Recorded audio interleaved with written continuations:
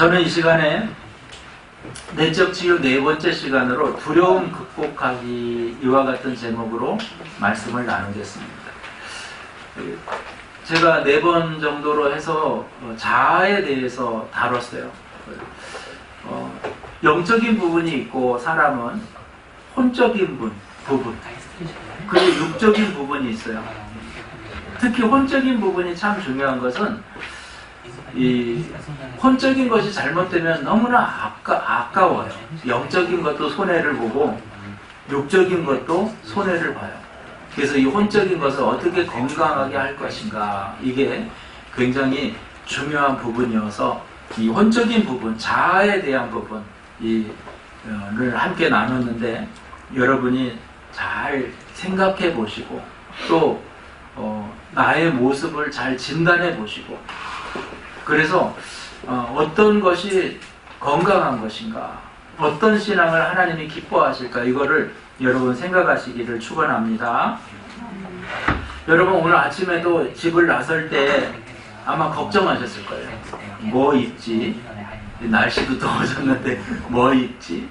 또 작은 이런 걱정부터 해가지고, 이 심리학자들은 사람이 가지는 실존의 걱정이 뭐냐, 근심이 뭐냐, 사랑하는 사람의 죽음에 대한 걱정, 또 내가 또 사고 나서 죽으면 어떡하나, 질병이 있으면 어떡하나, 또 경제적으로 어려워지면 어떡하나, 또 사소한 거절감, 내가 이렇게 말하면 이 사람이 날 거절하면 어떡하나, 그런 걱정들이 많다는 거예요. 아마 우리 인생이 예측 가능하다면 걱정 근심이 덜 할 텐데, 너무나 예측 불가능한 사건들이 많기 때문에 걱정 근심이 없을 수가 없어요. 그런데 여러분, 걱정 근심은요, 우리가 인생 사는 동안에 희노애락을 느끼듯이 하나의 감정적인 요소로 걱정 근심은 있을 수 있다는 거예요. 인간이 타고난 지극히 본능적인 감성이라는 거예요.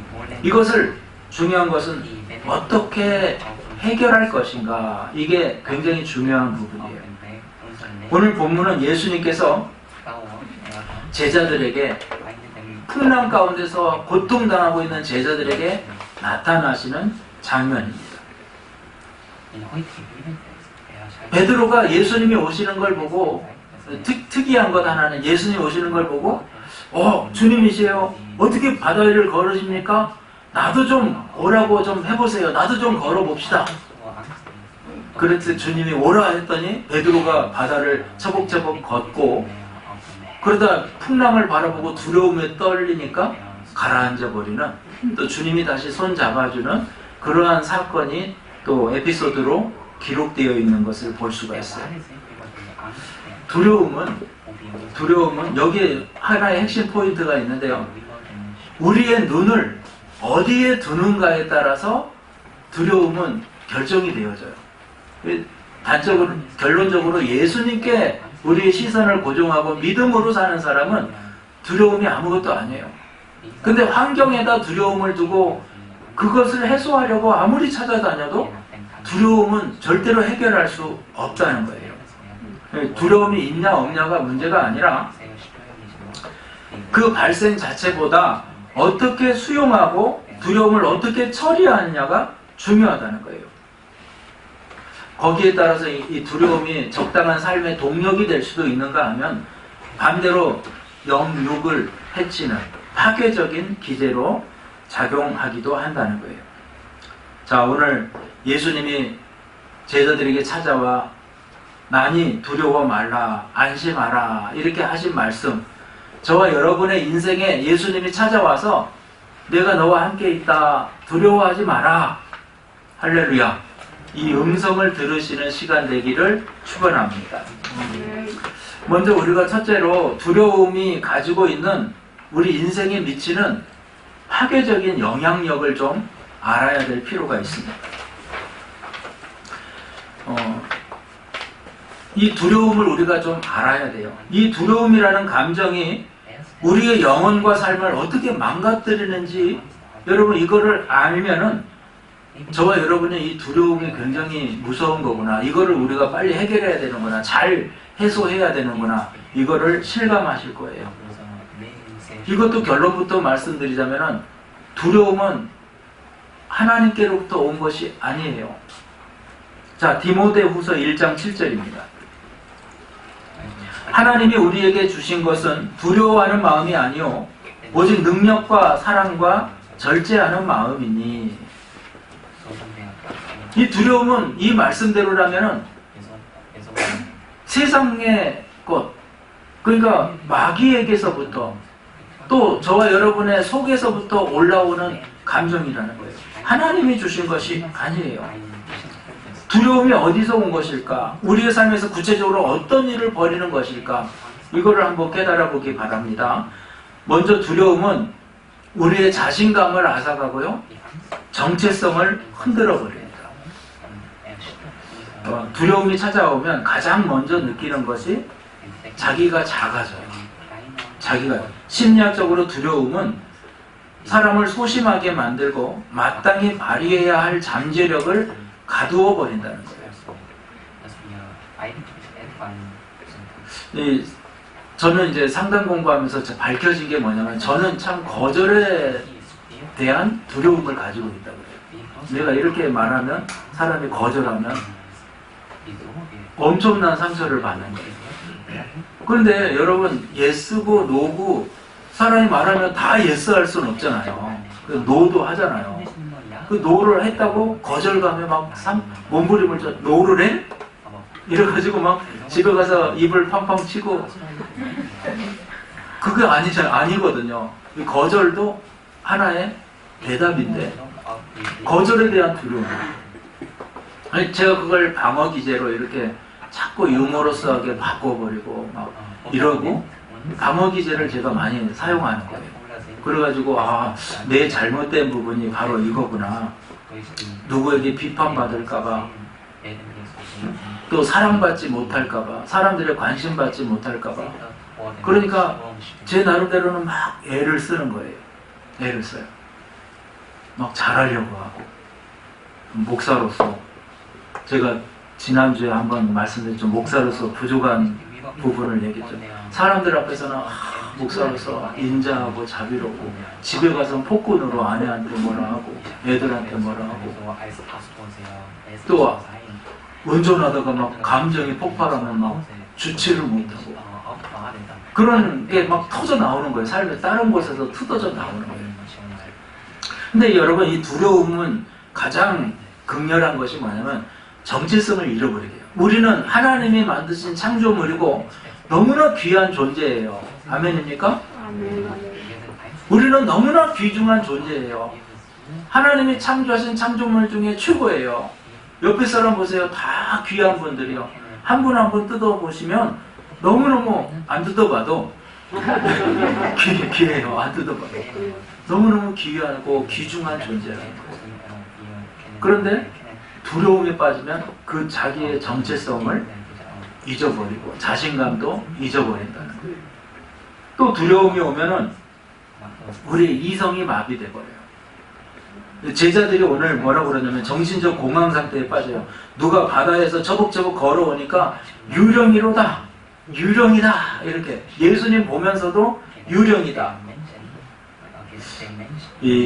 아까도 잠깐 말씀드렸지만 심리학에서 인간이 감당하기 힘든 어떤 두려움을 만나면 스스로 보호하기 위해서 방어기제가 발동되는데, 때로는 어린아이처럼 행동하는 퇴행을 보이기도 하고요.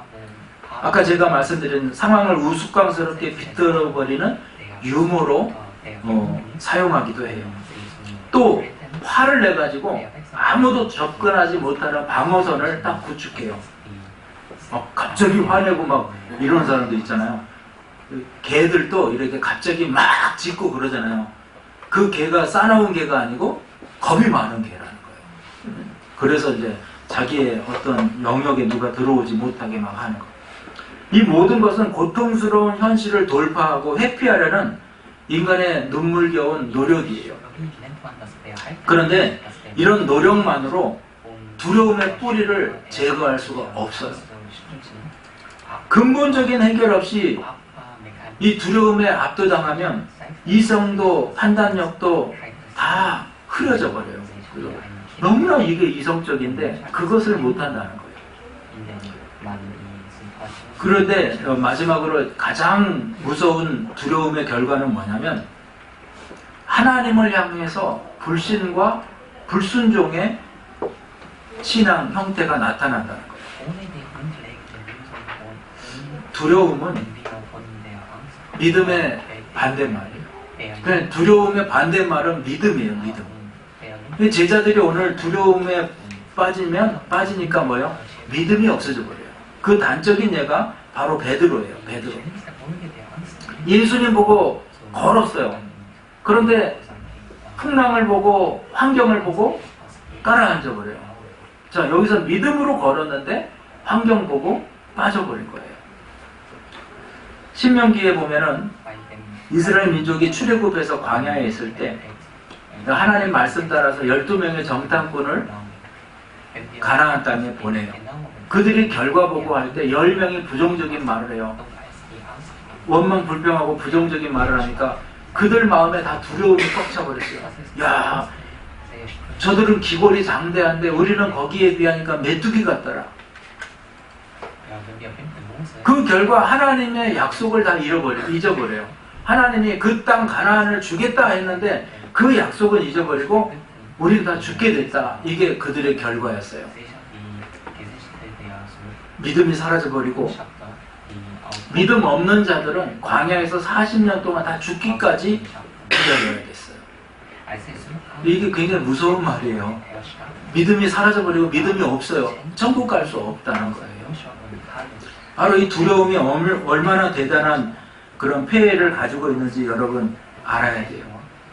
두려움에 빠지면 하나님의 약속을 불신하고 하나님의 말씀에 명령에 순종하지 않고 하나님의 능력을 의심하고 영적인 발목을 잡는 거예요. 족쇄를 딱 걸어 놓는 것 같은 거예요.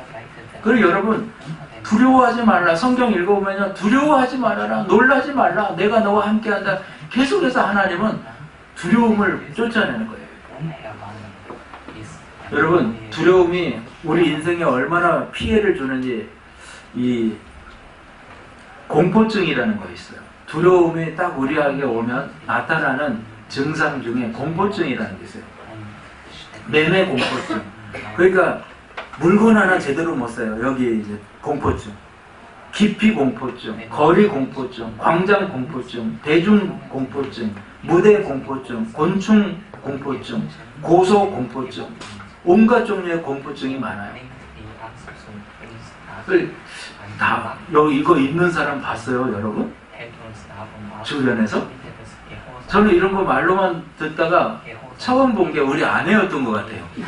우리 아내랑 설악산에 우리 신혼여행을 설악산으로 갔어요. 그래서 나는 이제 다 로망에 케이블카 타고 쫙 이제 올라갔는데 이 사람이 케이블카 타자마자 눈을 감고 의자에 바짝 엎드려가지고 있는 거예요.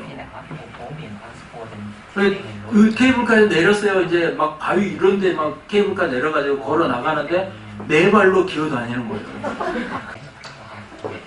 근데 제가 그때 굉장히 아내를 구박하고 막 또 내려갈 때 또 막 이러고 가서 그거 타고 이제 내려가야 되는 거예요. 막 내려와서 식은땀을 흘리고 막. 근데 나중에 제가 그걸 알고 참 깜짝 놀랐어요. 그게 고소공포증이 그런 거였어. 근데 제가 이제 공부할 때 광장공포증이라는 거를 대표 사례로 이렇게 공부했는데 이 광장공포증에 걸린 한 여인이 이 여인이 1949년 자신의 아파트 문을 닫고 들어가서 30년 동안 단 3번만 밖으로 나와요. 한 번은 수술하기 위해서 나오고 아파가지고 한 번은 가족 방문하려고 그 용기를 내서 나오고 한 번은 자기가 가장 친한 친구가 죽어가는데 그 죽어가는 친구에게 아이스크림을 사다 주기 위해서 나와요.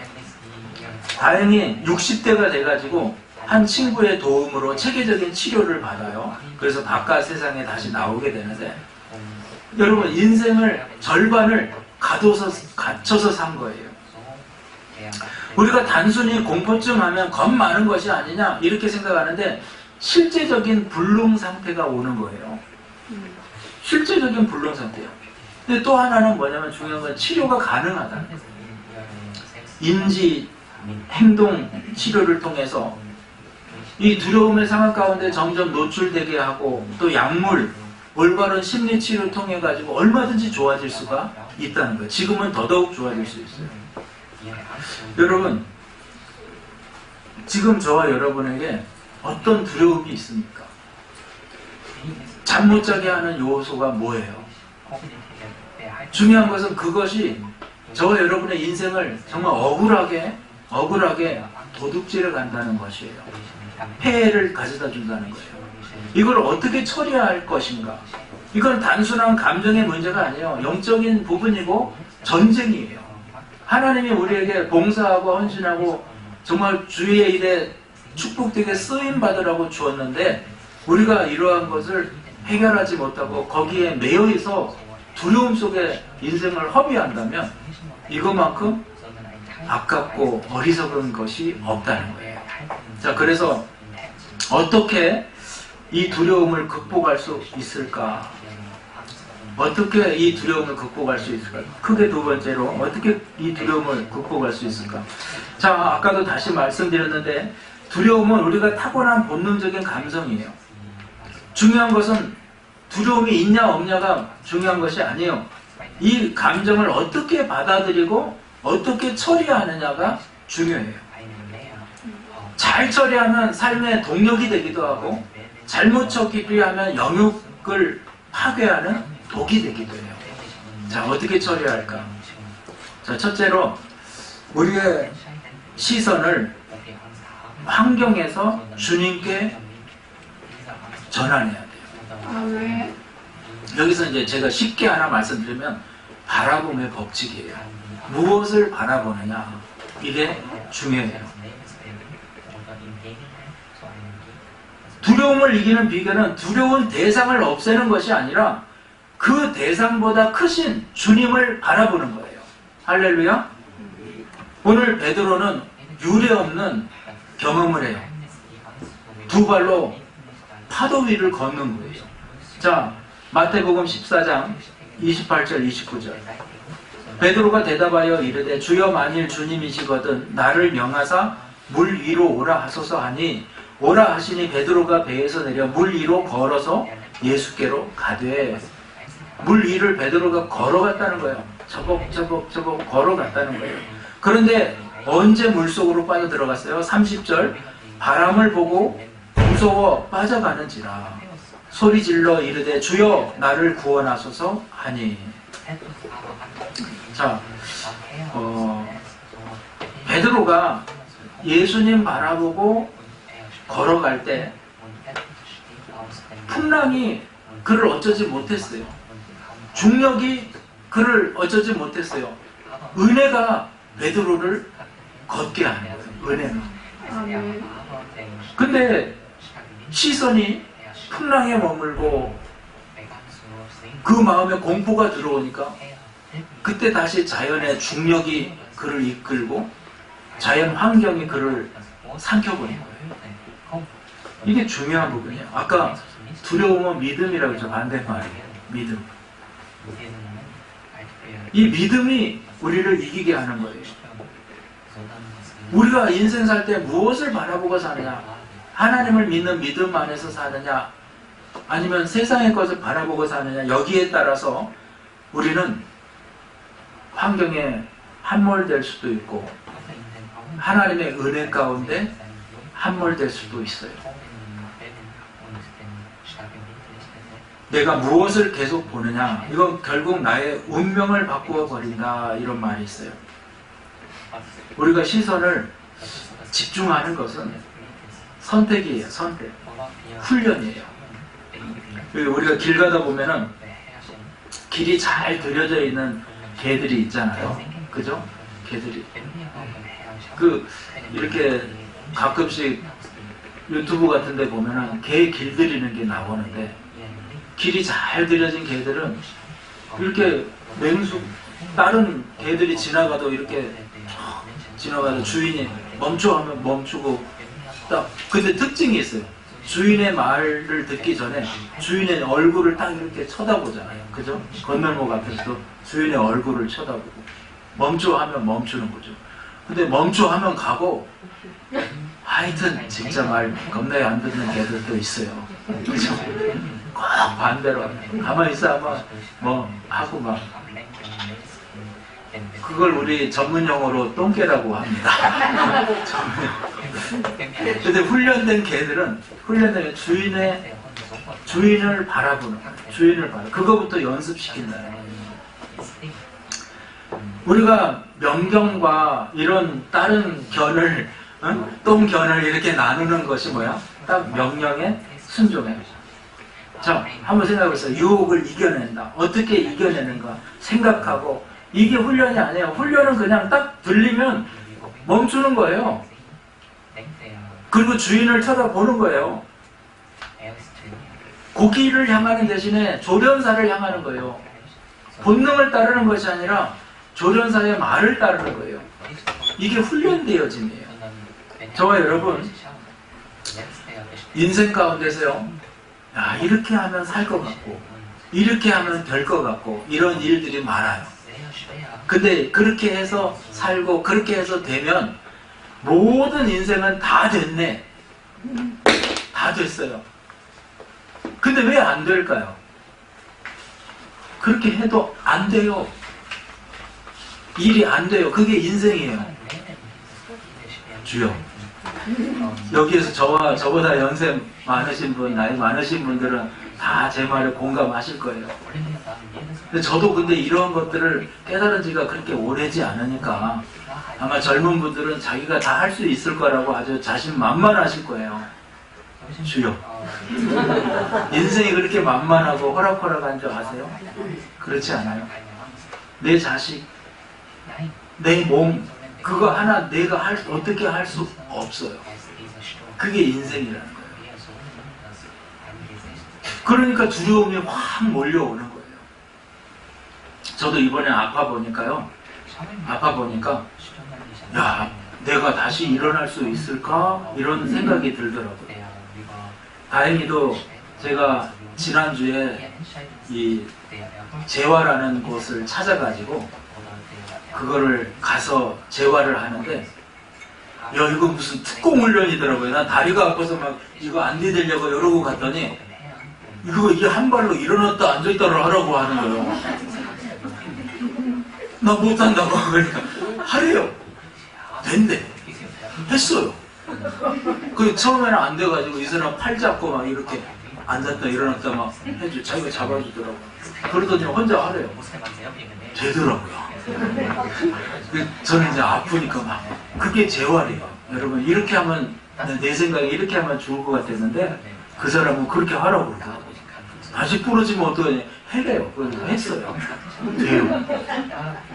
내 생각 가지고 하는 게 아니라 그 사람이 하라는 대로 해야 되는 거죠. 자, 이런 맥락에서 풍랑이 있는 환경을 볼 것이냐, 아니면 그 환경을 다 이기고 그 환경을 열어가시는 주님을 알아볼 것이냐, 이거는 우리 인생에 굉장히 크고 중요한 질문이에요. 성공과 실패의 기준이에요. 신앙생활도 바로 여기에서 결정되어져요. 신앙생활이 성공하냐 실패하냐 바로 여기에 결정해요. 여러분, 내 생각 내려놓고 주님 어떻게 할까요? 이게 바로 신앙의 출발이에요. 믿음의 출발이에요. 기도의 출발이에요. 아멘입니까? 아멘. 두 번째로는요, 임마누엘의 하나님을 확신해야 된다는 거예요. 어떻게 이 두려움을 극복할 수 있을까? 임마누엘, 다시 말해서 하나님이 나와 함께 하신다, 이거를 확신해야 돼요. 자, 마태복음 14장 22절, 예수께서 즉시 제자들을 재촉하사 자기가 무리를 보내는 동안에 배를 타고 앞서 건너편으로 가게 하시고. 자, 여기서 재촉하다라는 말은 원어적인로 보면요, 억지로 떠미로 보내다, 이런 뜻이에요. 주님이 제자들을 이렇게 니네들 배 타고 이렇게 건너가 있어. 근데 제자들도 뱃일을 했기 때문에 이거 날씨가 별로 안 좋은데 뭐 이렇게 했을 거 아니에요. 그죠? 근데 다 타! 그래요. 막 억지로. 굉장히 강권해서 다 태워서 떼어 보내는 거예요. 아니나 다를까 막 풍랑이 오고 난리가 났어요. 그럼 배신감이 들지 않겠어요? 어떻게 주님 배 타러 해가지고 주님만 싹 안 타고 우리만 탔는데 이런 풍랑이 오고 막 다 죽게 됐어요. 막. 근데 이게 하나의 훈련이라는 거예요. 훈련. 어린 아이들이 어떤 상황이 될 때 영적 홀로서기의 과정이 필요해요. 그죠? 계속 잡아주는 게 아니라 홀로서기를 하는 거예요. 그래서 본인이 할 수 있게. 오히려 그 훈련은 더 혹독해요. 제가 이제 첫째 날에 가가지고 앉았다 일어났다 했잖아요. 둘째 날은 막 이런 엄청 푹신한 데 가가지고 서서 균형 잡으라는 거예요. 아니 멀쩡한 발도 못 잡겠더라고. 근데 아픈 발로만 균형 잡으래. 셋째 날 뭐 한 줄 알아요?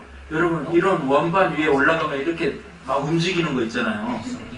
거기 올라가가지고 서커스 한때 이거 올라가는 거 거기 올라가서 제가 이걸 했어요. 아픈 다리로. 그래서 아 이게 훈련이구나. 재활이 훈련이구나. 멀쩡한 발도 잘 안 돼. 근데 그거를 아픈 발로 시켜. 그래서 우리가 자녀들도 이렇게 독립시키고 자립시킬 때요. 그렇게 하잖아요. 오늘 예수님이 왜 풍랑에 그들을 실어 보냈을까? 이게 훈련이 필요했던 거예요. 훈련이. 이 풍랑에 실은 것 자체를 가지고 하나님 나빠요. 주님 왜 그랬어요? 막 이럴 수는 없는 거예요. 지금 이건 훈련이기 때문에. 어린 아이들도 일어나서 이렇게 딛고 올라서기까지 수십 번, 거의 수백 번을 실패한대요. 일어나다 앉았다, 일어나다 의지가 졌다 앉았다. 그리고 나서 짜잔 일어나가지고 걷는 거예요. 걷는 거예요. 그때 엄마들이 야 너는 다치니까 하면서 계속 잡아주면 안 되는 거죠. 네? 엄마들이 이렇게 잠시 손을 놓고 홀로 서기를 배우게끔 해야 될 필요가 있는 거죠. 여러분 지금 인생의 풍랑 속에 계시다고 생각되십니까? 주님이 나를 버리시지 않았나? 버린 거 아니야? 주님 나한테 왜 이렇게 혹독하실까? 그렇다면 주님이 여러분을 정말로 귀중하게 복 있게 사용하시려는 계획임을 기억하시기 바랍니다. 다른 사람은 다 되는데 왜 나는만 이렇게 힘들게 어렵게 이렇게 길을 가는 것일까? 그게 아니에요. 하나님의 특별하신 훈련과 계획이 있는 거예요. 여기서 변화되는 거예요. 내가 변화되는 거예요. 오늘 주님이 14장 25절에 보면은 밤 사경에 예수께서 바다 위로 걸어서 제자들에게 오시니 이렇게 말해요. 타서 초저녁부터 풍랑이 일었으니까 밤 사경이면 새벽 3시에서 6시거든요. 그들이 타가지고 초저녁에 타가지고 밤 됐다면 해가 져서 밤 한 9시 10시예요. 그때부터 풍랑이 일었으면 한 6시간 9시라고 해도 6시간을 막 그냥 거기서 죽을 고생을 했으니까 이제 끝이구나. 나는 안 되는구나. 그러한 상황에 이르니까 주님이 오셨다는 거예요. 자, 여기에 또 하나의 포인트. 내 힘이 다 빠져야지 주님이 하십니다. 할렐루야. 우리 수영 잘하는 분들이 몇 분이 계셔가지고 제가 명함을 못 내미는데 저도 수영을 한 3년 했어요. 강습을 3년 받았으니까 굉장히 잘하는 편이에요. 계속 저녁마다 수영을 했어요.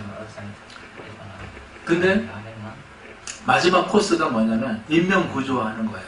그래서 수영도 막 머리 넣고 이렇게 하다가 나중에는 이렇게 머리 내고 이렇게 인명구조하는 거. 근데 거기서 이제 뭘 가르치냐면 빠진 사람 이제 끄집어내는 거. 어떻게? 힘 빠질 때까지 기다렸다가요 뒤로 가가지고 이렇게 머리를 잡아서 제껴가지고 끌고 나와요. 아무리 내가 뭘 하나 가지고 들어가도요 그 물에 빠진 사람한테 잡히면요 둘 다 죽어요. 둘 다 죽어요. 절대로 그런 상태에서 데리고 나와도 둘 다 죽는 거예요. 그래서 저는 참 그걸 생각했어요. 주님이 우리를 훈련하시는 방법도 그거 같아요. 우리 힘 다 빠지고 야 죽겠습니다. 이제 아 나는 안 되는군요. 이게 딱 오면 그때 주님이 시작하는 거예요. 할렐루야. 너무 두려워하지는 마시고요. 두려워하지는 마시고 자기의 방법을 내려놓고 주님의 방법을 따르는 거예요. 우리 청년들이 저녁마다 모여서 기도를 하길래 야 이게 얼마나 할까 처음엔 그랬어요. 근데 이게 지금 막 2년, 3년 요즘에는 막 7명씩 모인다는 거예요. 밤에 7명씩 모여요. 너무 짧아서 흠이긴 한데 굉장히 짧아요. 이게 싹 지나가는데 하여튼 매일 만나서 그렇게 기도한다는, 저는 그렇게 생각해요. 하나님 진짜 하나님이 축복하시려거든 이런 청년들을 좀 축복해 주세요. 이런 청년들. 우리 교회학교 어머니들이 모여서 새벽마다 기도를 해요. 할렐루야. 새벽 기도를 열고 기도를 시작했어요. 여러분 그럴 때 기적이 일어나는 거예요. 역사가 일어나는 거예요. 선교해요. 선교. 교회에서 선교한대요. 선교 동참하는 거예요. 선교하고 기도하고 새벽을 열고 말씀 묵상을 열고 이렇게 뚫어낼 때 여러분 역사가 일어나는 거예요. 할렐루야. 하나님의 그런 사람들을 통해, 그런 사람들은요 하나님 앞에 이렇게 다듬어진 부분인 거예요. 내가 할 수 있다 하는 사람은 기도 안 하죠. 내가 할 수 있다 하는 사람이 무슨 기도할 일이 뭐 있겠어요. 그래서 여러분 가장 어두운 때 주님이 내 찾아오셨다는 거, 그리고 주님은 우리를 절대로 버려두지 않는다는 거. 이사야서 49장 15절에 여인이 어찌 그 젖먹는 자식을 잊겠으며 자기 태에서 난 아들을 긍휼히 여기지 않겠느냐. 그들은 혹시 잊을지라도 나는 너를 잊지 아니할 것이라. 할렐루야. 절대로 하나님은 우리를 잊지 않는다. 이거를 기억하시기 바랍니다.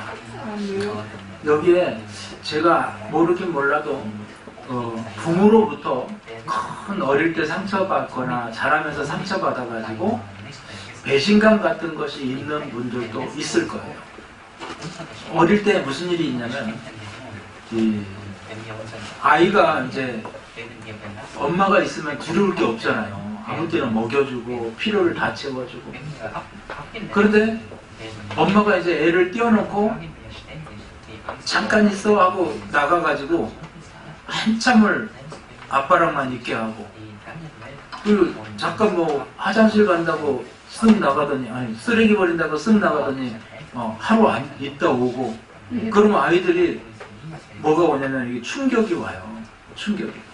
그런 경우 있잖아요. 애들 엄마가 시장 간다고 갔는데 그 동안에 막 애가 막 몇 바퀴 방바닥을 돌다가 울다가 지쳐가지고 또 잠들었다가, 그런 애들이요 이 경험하는 것이 바로 신뢰가 깨져버려요. 신뢰. 그 신뢰가 깨지면 두려움이 있어요. 두려움. 애기 때 나도 모르는 사이에 또 이제 커서도 갑자기 엄마가 우주거든요, 자녀들에게는. 근데 그런 신뢰가 깨져버려요. 갑자기 깨져요. 그 신뢰감을 무너뜨린다고요. 그러면은 그 자녀들은 자기가 어찌할 수 없는 인생의 어떤 두려움을, 이게 두려움의 엄습하는 거예요. 그걸 어떻게 해결할 것인가. 여러분 신뢰가 하나 깨지면요, 그거를 회복하려면 10번을 약속한 걸 지켜야지 약속 한 번 어긴 것이 회복된대요. 그래서 저는 그런 방법을 말해요. 자녀들이 나를 못 믿어, 두려워. 그러면 우리가 해줄 수 있는 게 아무것도 없어. 그러면 10번 이상 그 신뢰를 지켜야 돼요. 그리고 또 하나, 애기들이에요. 그러면은 그 애들을 제가 꼭 안아주라고 말을 해요. 어느 정도로? 뼈가 안 부러질 정도로.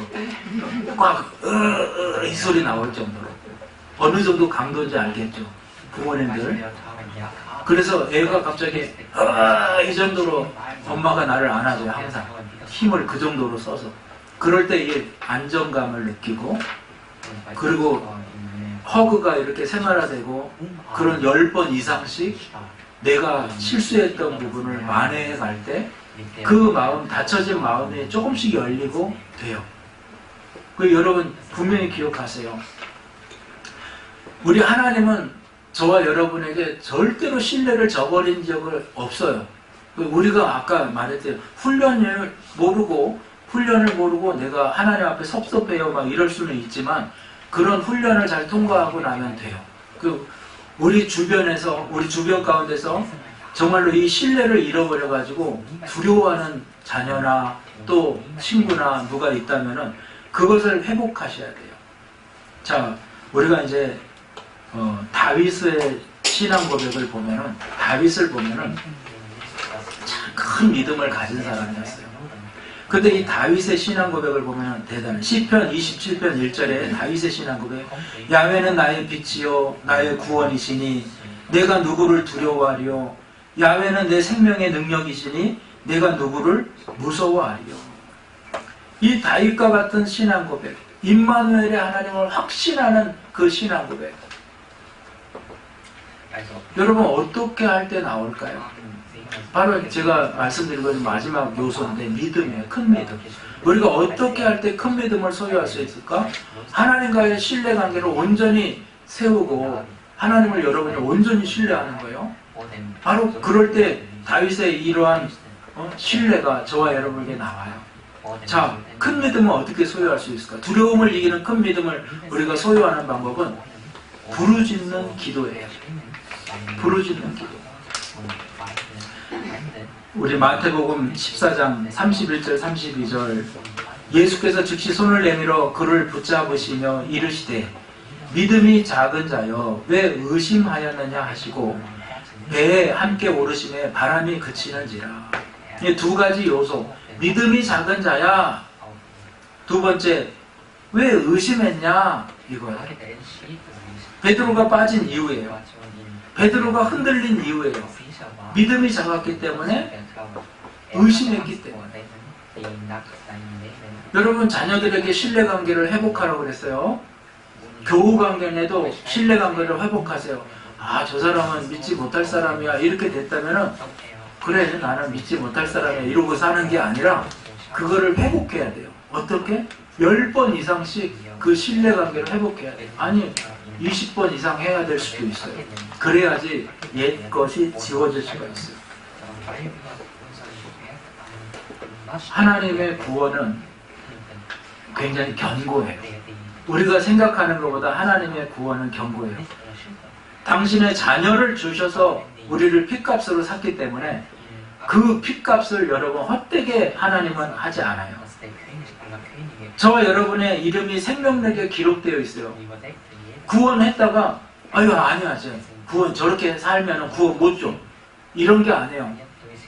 우리의 구원은 예수님의 피로 된 것이기 때문에요, 정말 우리가 생각하는 것보다 더 능력이 있어요.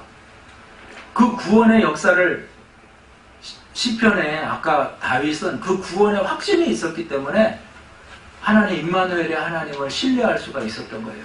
그래서 저와 여러분도 구원의 확신 가운데 하나님 신뢰하기를 축원합니다. 자, 시편 27편 1절에서 3절까지 제가 읽어드릴게요. 아까 읽었던 말씀인데, 야훼는 나의 빛이요 나의 구원이시니 내가 누구를 두려워하리요?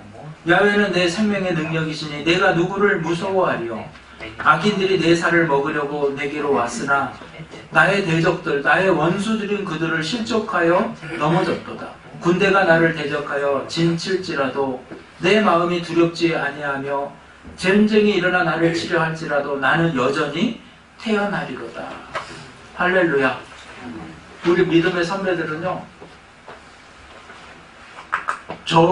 우리를 죽이려고 하는 죽음의 사망의 손길 앞에서 순교자로 죽어갈 때요, 신앙을 고백하고 찬양을 하면서 죽어갔어요.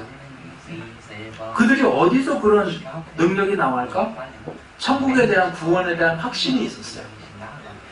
제가 여러분에게 하나 큰 영적인 능력과 도전을 하나 드릴게요. 여러분 구원을 확신하시기를 축원합니다. 그러면 이 땅의 것은요 아무것도 아니에요. 부수적인 거예요. 우리가 이 땅에 돈을 엄청 쌓아가지고 천국에 가져갔다 합시다. 금괴를 막 다 재산을 바꿔서 금괴로 뭐 가방 이렇게 해가지고 천국에 땅 뻥뻥을 흘리면서 갔어요. 갔더니 천국은 다 아스팔트가 금으로 돼 있어요. 뭐로 이걸 가져왔어 무겁게 참 많은데 아무것도 가치가 그게 아니라는 거. 가치가. 그러면 마음껏 쉬다 놀다 왔어. 평안하게 그냥 요트 타고 막 맨날 그러다가 왔어요. 그러면은 오히려 천국에서 또 책망을 주는 거예요. 달란트 은사를 주셨는데 놀다 왔구나? 책망을 주는 거예요. 우리가 구원받는다. 당장 내일 천국 간다 생각하면 가장 의미 있고 가치 있는 일이 뭘까? 영혼 구원하고 복음 전하고 선교하고 여러분 네? 주의 선한 일에 쓰임 되시기를 축원합니다. 우리는 매일매일 승리하는 삶과 기도의 결과로서 정말로 두려움이 사라지고 참된 평안과 은혜가 임한다는 것을 기억하시기 바랍니다. 마지막은 이거예요. 사람들이 이렇게 환경을 더 평화롭고 더 안락하고 더 좋게 만들어 놓을수록 두려움이 사라질 것으로 생각을 해요. 근데 그게 착각이에요. 여러분 지금 전쟁이 났어요. 우크라이나 전쟁 났을 때 야 우크라이나 전쟁만 끝나면 경제가 다 정상화되고 좋을 줄 알았어요. 오히려 지금 전쟁이 또 나가지고 기름길이 막히고 기름값이 치솟고 근데요 경제는 오히려 올라가고 있어요. 주가도 올라가고 있고요. 다 희한하죠. 이 사람들이 망각하는 거예요. 망각해. 지금 8월달 되면 이제 지금처럼 8월달까지 가면은 이게 대공황이야. 지금도 오일 쇼크, 중동 쇼크보다도 더 몇 배 정도 더 세다는데 사람들이 지금 오히려 평안한 것 같아요. 마음들이 다들 포기를 해서 그런지 그 평안한 것 같아요. 저는 그렇게 생각해요. 아무리 경제가 아무리 환경이 아무리 전쟁이 여러분 이렇게 되고 저렇게 되고가 문제가 아니라 중요한 것은 저와 여러분의 믿음이라고 생각해요. 할렐루야. 포기해서 의연해지는 게 아니라 예수님 믿음으로 평강을 누리는 저와 여러분이 되기를 축원합니다. 풍랑의 크기를 보며 혹은 내 믿음의 자금을 생각하지 말고 탓하지 말고 그 풍랑보다 크신 주님을 정말로 기도로 붙드시는 저와 여러분이 되기를 축원합니다. 결론적으로 말씀드립니다. 우리 인생을 한번 돌이켜보면 예상치 못한 풍랑이 일 때가 많이 있어요. 불확실함 때문에, 미래 때문에, 어떤 공포의 순간 때문에, 사람 때문에. 그러나 여러분 주님은 풍랑 한가운데서 우리에게 명확한 승리의 길을 보여주고 있어요. 두려움의 실체를 직시하세요. 바라보세요. 그리고 시선을 두려움을 보지 말고 두려움의 요소를 보지 말고 주님께 고정시키세요. 임마누엘의 하나님을 신뢰하세요. 큰 믿음으로 선포하세요. 나와 항상 함께 하시는 주님이 나에게 반드시 복을 주신다는 믿음의 신뢰와 선포를 하시고 여러분 나아가 승리의 복을 누리시기를 축원합니다.